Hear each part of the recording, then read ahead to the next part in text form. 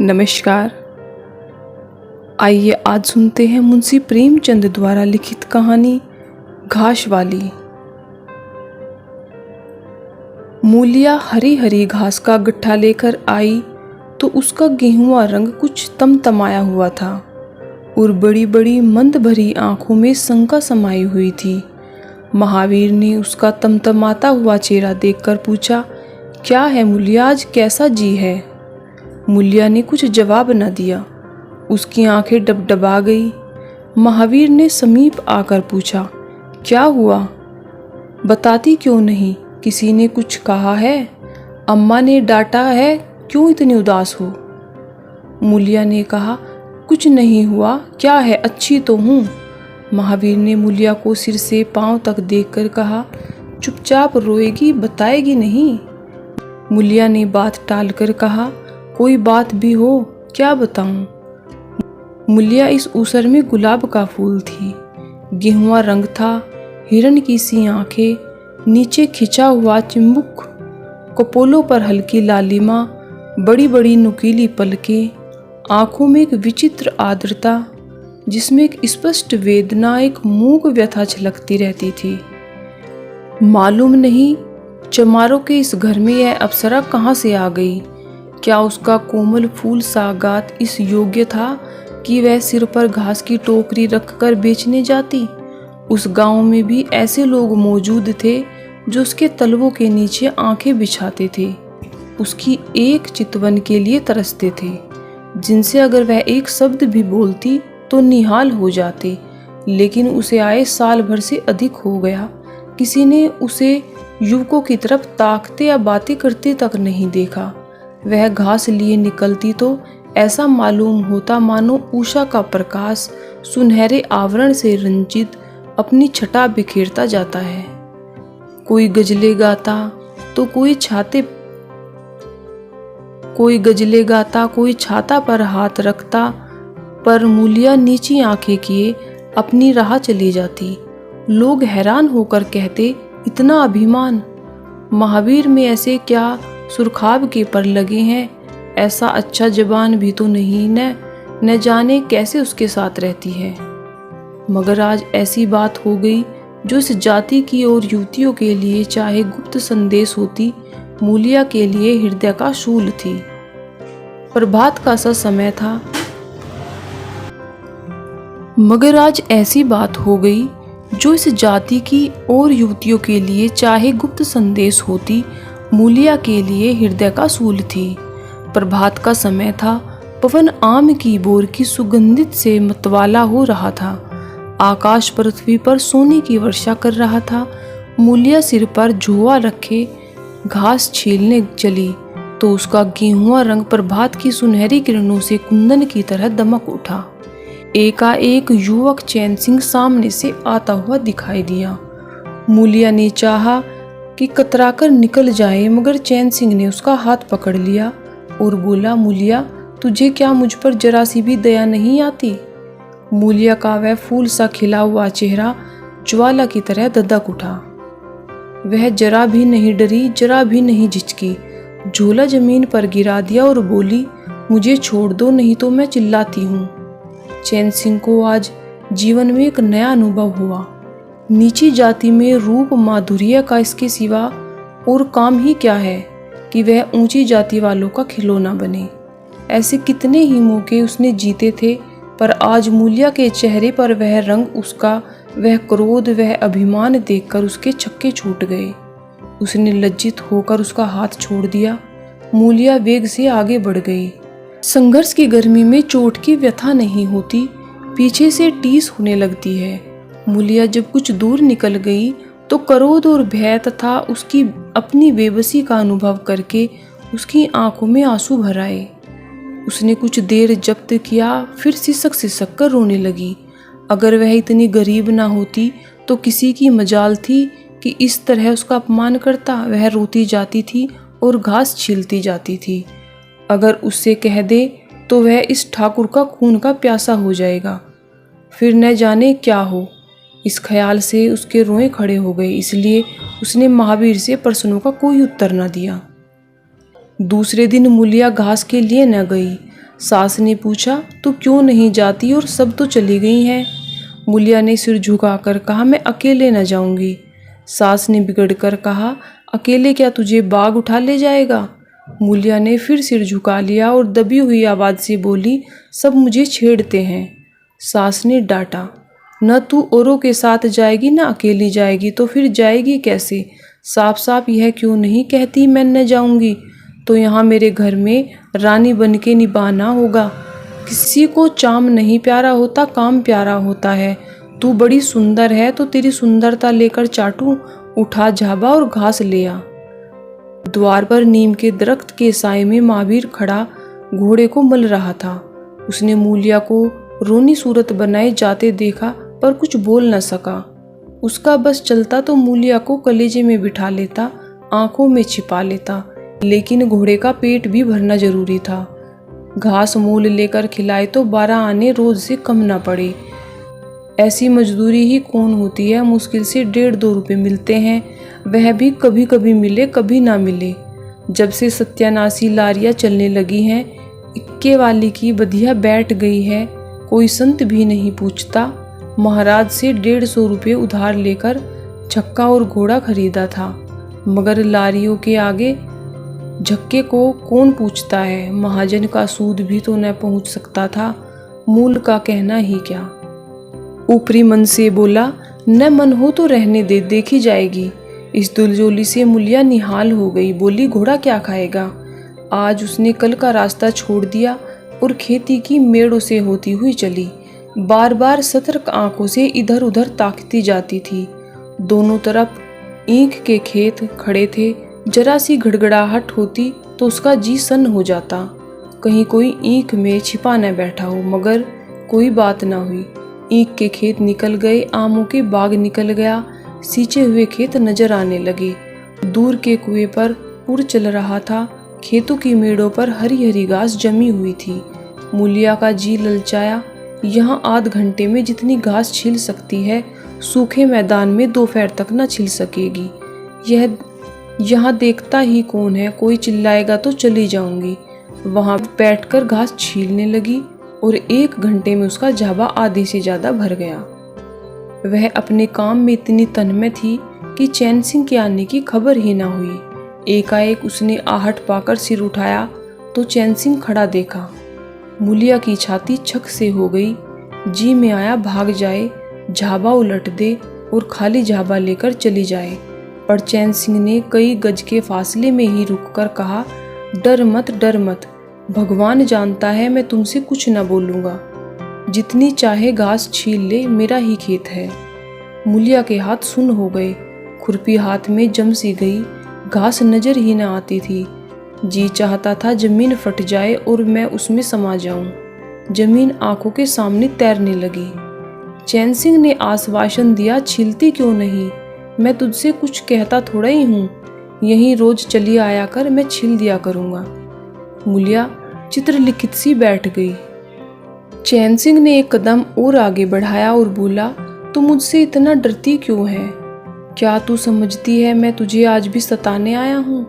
ईश्वर जानता है कल भी तुझे सताने के लिए मैंने हाथ नहीं पकड़ा था। तुझे देखकर आप ही आप हाथ आगे बढ़ गए। मुझे कुछ सुध ही नहीं रही। तू चली गई तो मैं वहीं बैठकर घंटों रोता रहा। जी में आता था हाथ काट लूं, कभी चाहता था जहर खा लूं। तभी से तुझे ढूंढ रहा हूँ। आज तू इसी रास्ते से चली आई। मैं सारा हार छनता हुआ यहाँ आया हूँ। अब जो सजा तेरे जी में आए दे दे। अगर तू मेरा सिर भी काट ले तो गर्दन न हिलाऊंगा।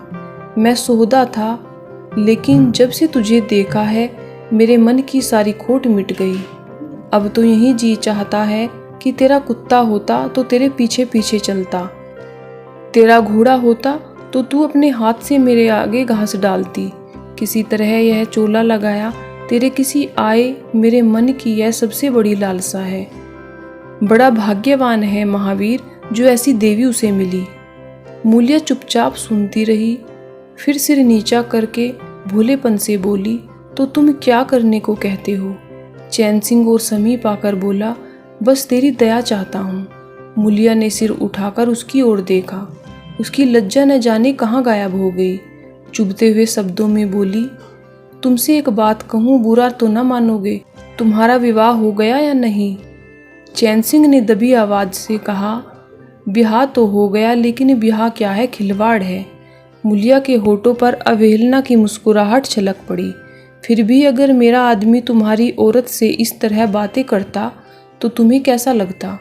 तुम उसकी गर्दन काटने पर तैयार हो जाते कि नहीं? बोलो, क्या समझते हो कि महावीर चमार है तो उसकी देह में लहू नहीं है? उसे लज्जा नहीं है? उसकी मर्यादा का विचार नहीं है? मेरा रूप रंग तुम्हें भाता है? क्या घाट के किनारे मुझसे कहीं सुंदर औरतें नहीं घुमा करती? मैं उनके तलवों की बराबरी भी नहीं कर सकती। तुम उनमें से किसी से क्यों नहीं दया मांगते? क्या उनके पास दया नहीं है?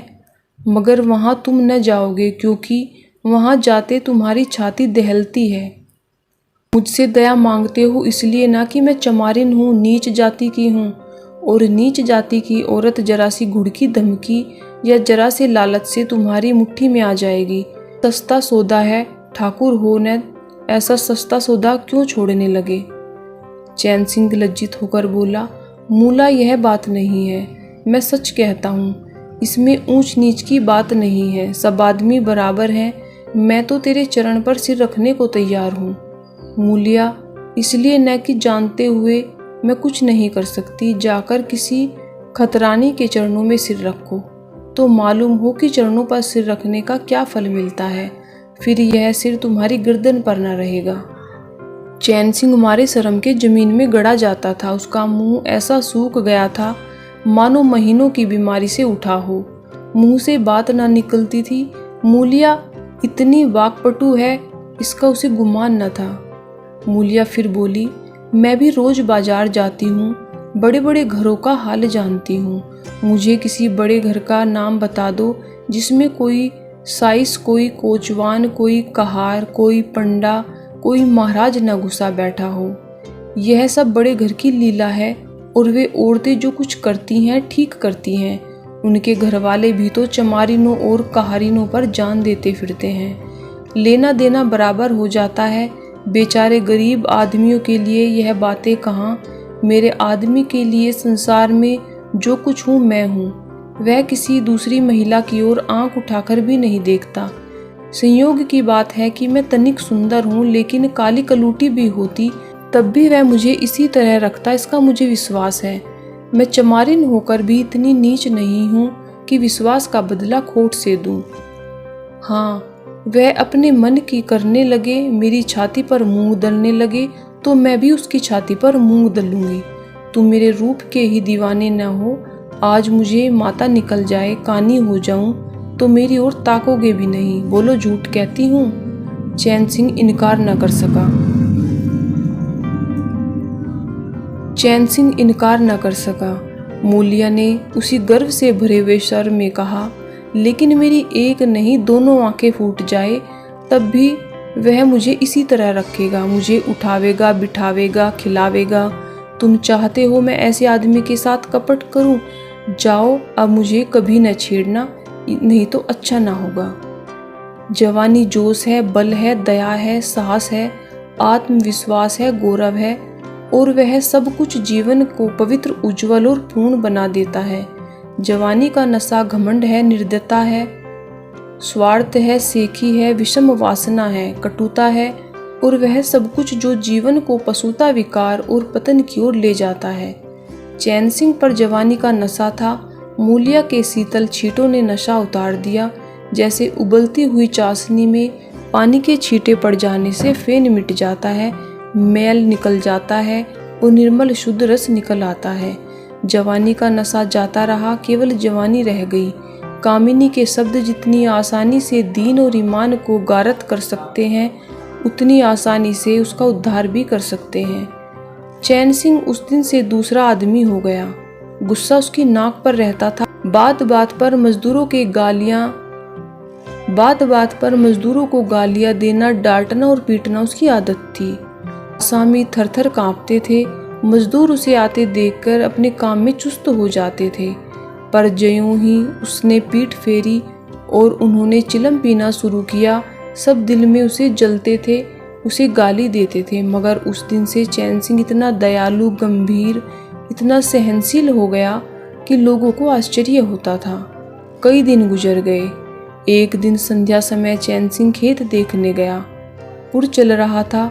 उसने देखा कि एक जगह नाली टूट रही है और सारा पानी बहा चला जाता है। क्यारियों में पानी बिल्कुल नहीं पहुंचता, मगर क्यारी बनाने वाली बुढ़िया चुपचाप बैठी है। उसे जरा भी फिक्र नहीं है कि पानी क्यों नहीं आता है। पहले यह दशा देखकर चैन सिंह आपे से बाहर हो जाता, उस औरत की उस दिन की पूरी मजदूरी काट लेता और पुर चलाने वालियों को घुड़की जमाता। आज उसे क्रोध नहीं आया। उसने मिट्टी लेकर नाली बांध दी और खेत में जाकर बुढ़िया से बोला, तू यहाँ बैठी और पानी बहा जा रहा है।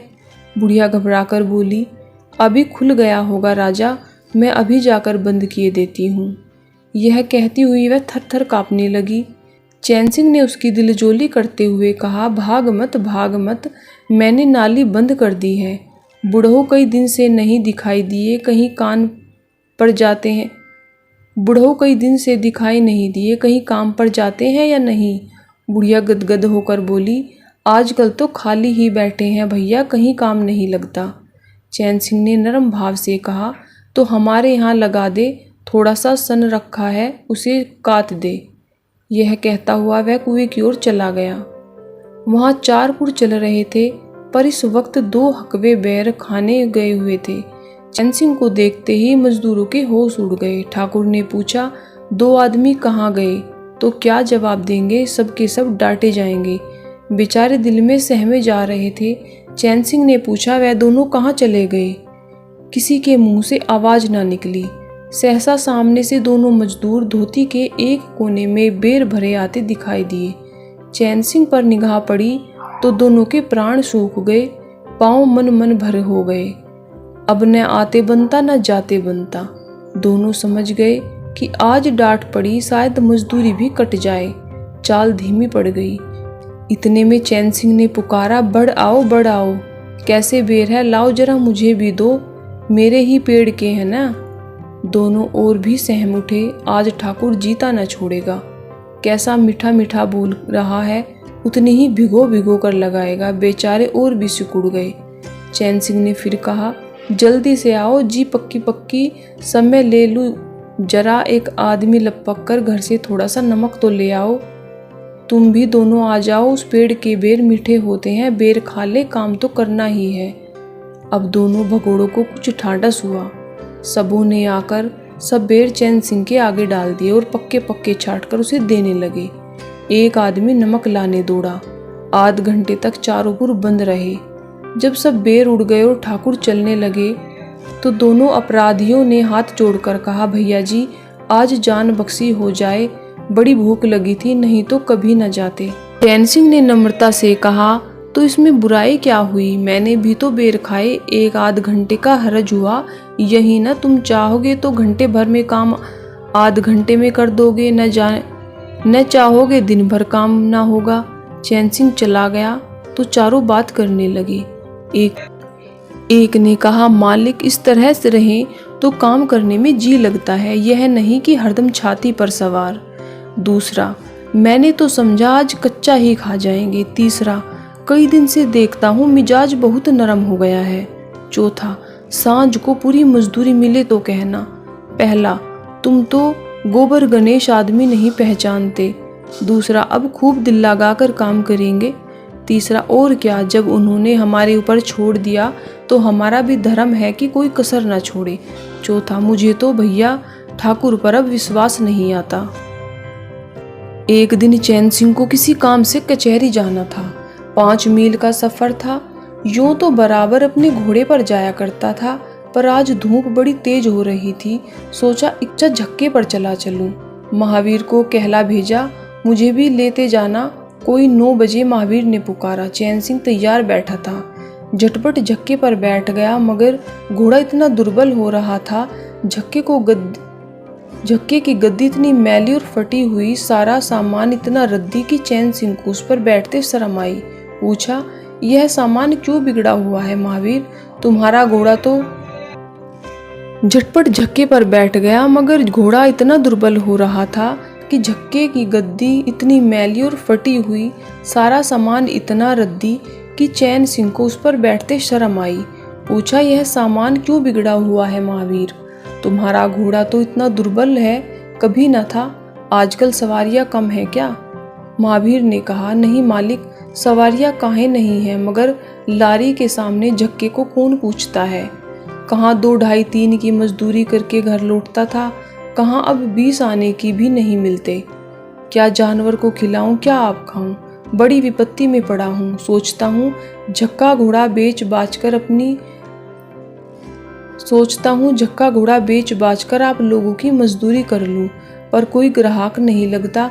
ज़्यादा नहीं तो 12 आने तो घोड़े को चाहिए, घास ऊपर से।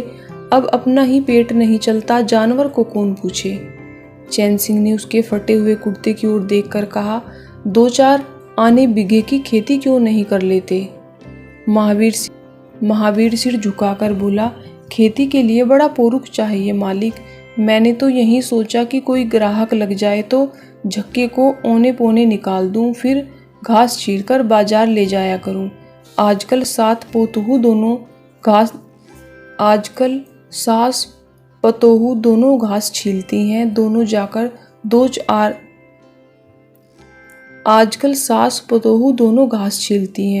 तब जाकर 2-4 आने पैसे नसीब होते हैं। चैन सिंह ने पूछा, तो बुढ़िया बाजार चली जाती होगी? महावीर लजाता हुआ बोला, नहीं भैया, वह इतनी दूर कहाँ चल सकती है। घरवाली जाती है, दोपहर तक घास छीलती है, तीसरे पहर बाजार जाती है, वहाँ से घड़ी रात गए लौटती है। हलकान हो जाती है भैया, मगर क्या करूँ, तकदीर से क्या जोर। चैन सिंह कचहरी पहुँच गए और महावीर सवारियों की टू में इधर उधर झक्के को लेकर घूमता हुआ शहर की तरफ चला गया। चैन सिंह ने उसे 5 बजे आने को कह दिया। कोई 4 बजे चैन सिंह कचहरी से फुर्सत पाकर बाहर निकला। हाथे में पान की दुकान थी। जरा और आगे चलकर एक घना बरगद का पेड़ था। उसकी छांव में 20 की तांगे झक्के फिटने खड़ी थी। घोड़े खोल दिए गए थे। वकीलों, मुफ्तारों और कोई 4 बजे चैन सिंह कचहरी से फुर्सत पाकर बाहर निकले। हाथे में पान की दुकान थी। जरा और आगे बढ़कर एक घना बरगद का पेड़ था। उसकी छां में 20 ही तांगे झक्के फिटने खड़ी थी। घोड़े खोल दिए गए थे। वकीलों, मुफ्तारों और अफसरों की सवारियां यहीं खड़ी रहती थी। चैन सिंह ने पानी पिया, पान खाया और सोचने लगा, कोई लारी मिल जाए तो जरा शहर चला जाऊं, कि उसकी निगाह एक घास वाली पर गई। सिर पर घास का झाबा रखे साइसों से मोल भाव कर रही थी। चैन सिंह का हृदय उछल पड़ा। यह तो मूलिया है। बनी ठनी एक गुलाबी साड़ी पहने कोचवानों से मोल भाव कर रही थी। कई कोचवान जमा हो गए। कोई दिल लगी करता, कोई घूरता था, कोई हंसता था। एक काले कलूटे कोचवान ने कहा, मूला घास तो अधिक से अधिक 6 आने की है। मूलिया ने उन्माद पैदा करने वाली आंखों से देखकर कहा, 6 आने का लेना है तो सामने घसियारी ने बैठी हैं, जाओ 2-4 पैसे कम में पा जाओगे। मेरी घास तो 12 आने में जाएगी। एक अधेड़ कोचवान ने फिटन के ऊपर से कहा, तेरा जमाना है, 12 आने की नहीं 1 रुपया मांग। लेने वाले झक मारेंगे और लेंगे। निकलने दे वकीलों को, अब देर नहीं है। एक तांगे वाले ने, जो गुलाबी पगड़ी बांधे हुए था, कहा, बुढ़ई के मुंह में भी पानी भर आया। अब मूलिया काहे को किसी और को देखेगी। चैन सिंह को ऐसा क्रोध आ रहा था कि इन दुष्टों को जूते से पीटे। सबके सब कैसे उसकी ओर टकटकी लगाए ताक रहे हैं, मानो आंखों से पी जाएंगे। और मूलिया भी यहाँ कितनी खुश है, न लजाती है, न झिझकती है, न दबती है। कैसी मुस्कुराकर रसीली आंखों से देख देख कर सिर का आंचल खिसका खिसका कर मुंह मोड़कर बातें कर रही है। और वही मूलिया जो शेरनी की तरह तड़प उठी थी। इतने में 4 बजे अमले और वकील मुख्तारों का एक मेला सा निकल पड़ा। अमले लारिया पर दौड़े, वकील मुख्तार इन सवारियों की ओर चले। कोचवानों ने भी झटपट घोड़े जोते। कई महाशयों ने मूलिया को रसिक नेत्रों से देखा और अपनी गाड़ियों पर जा बैठे। एकाएक मूलिया घास का झाबा लिए उस फिटन के पीछे दौड़ी। फिटन में अंग्रेजी फैशन के जवान वकील साहब बैठे थे। उन्होंने पायदान के पास घास रखवा ली, जेब से कुछ निकालकर मूलिया को दिया। मूलिया मुस्काई। दोनों में कुछ बातें हुई जो चैन सिंह ने सुन न सके। एक क्षण में मूलिया प्रसन्न मुख घर की ओर चली। चैन सिंह पान वाले की दुकान पर विस्मृति की दशा में खड़ा रहा। पान वाले ने दुकान बढ़ाई, कपड़े पहने और कैबिन का द्वार बंद करके नीचे उतरा तो चैन सिंह की समाधि टूटी। पूछा, क्या दुकान बंद कर दी? पान वाले ने सहानुभूति दिखाकर कहा, इसकी दवा करो ठाकुर साहब, यह बीमारी अच्छी नहीं है। चैन सिंह ने चकित होकर पूछा, कैसी बीमारी? पान वाला बोला, कैसी बीमारी? आध घंटे से यहाँ खड़े हो जैसे कोई मुर्दा खड़ा हो। सारी कचहरी खाली हो गई, सब दुकानें बंद हो गई, मेहतर तक झाड़ू लगाकर चल दिए। तुम्हें कुछ खबर ना हुई? यह बुरी बीमारी है, जल्दी दवा कर डालो। चैन सिंह ने छड़ी संभाली और फाटक की ओर चला कि महावीर का झक्का सामने से आता दिखाई दिया। कुछ दूर झक्का निकल गया तो चैन सिंह ने पूछा, आज कितने पैसे कमाए? महावीर ने हंसकर कहा, आज तो मालिक दिन भर खड़ा ही रह गया, किसी ने बेगार में भी न पकड़ा, ऊपर से 4 पैसे की बीड़ियाँ पी गया। चैन सिंह ने जरा देर बाद कहा, मेरी एक सलाह है, तुम मुझसे 1 रुपया रोज लिया करो, बस जब मैं तुम्हें बुलाऊं तो झक्का लेकर चले आया करो, तब तो तुम्हारी घरवाली को घास लेकर बाजार ना आना पड़ेगा। बोलो मंजूर है? महावीर ने सजल आंखों से देखकर कहा, मालिक आपका ही तो खाता हूँ, आपकी ही प्रजा हूँ, जब मर्जी हो पकड़वा मंगवाइए आपसे रुपये। चैन सिंह ने बात काट कर कहा, नहीं, मैं तुमसे बेगार नहीं लेना चाहता, तुम मुझसे 1 रुपया रोज ले जाया करो, घास लेकर घरवाली को बाजार मत भेजा करो।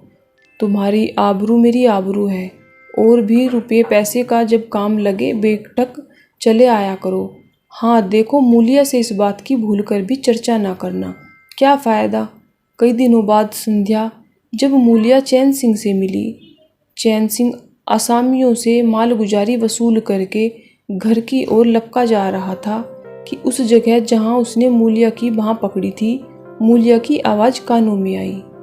उसने ठिठक कर पीछे देखा तो मूलिया दौड़ी चली आ रही थी। बोला, क्या है मूला, क्यों दौड़ती हो? मैं तो खड़ा हूँ। मूलिया ने हाँफते हुए कहा, कई दिनों से तुमसे मिलना चाहती थी, आज तुम्हें आते देखा तो दौड़ी। अब मैं घास बेचने नहीं जाती। चैन सिंह ने कहा, बहुत अच्छी बात है।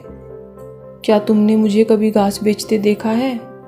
हाँ, एक दिन देखा था। क्या महावीर ने तुमसे सब कह डाला? मैंने जो मना कर दिया था वह मुझसे कोई बात नहीं छिपाता। दोनों एक क्षण चुप खड़े रहे, किसी को कोई बात ना सूझती थी। एकाएक मूलिया ने मुस्कुराकर कहा, यही तुमने मेरी बाँह पकड़ी थी। चैन सिंह ने लज्जित होकर कहा, उसको भूल जाओ मूला, मुझ पर न जाने कौन सा भूत सवार था।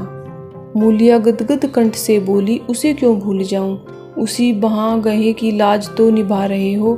गरीबी आदमी से चाहे क्या करवाए, तुमने मुझे बचा लिया। फिर दोनों चुप हो गए। जरा देर के बाद मूलिया ने फिर कहा, तुमने समझा होगा मैं हंसने बोलने में मगन हो रही थी।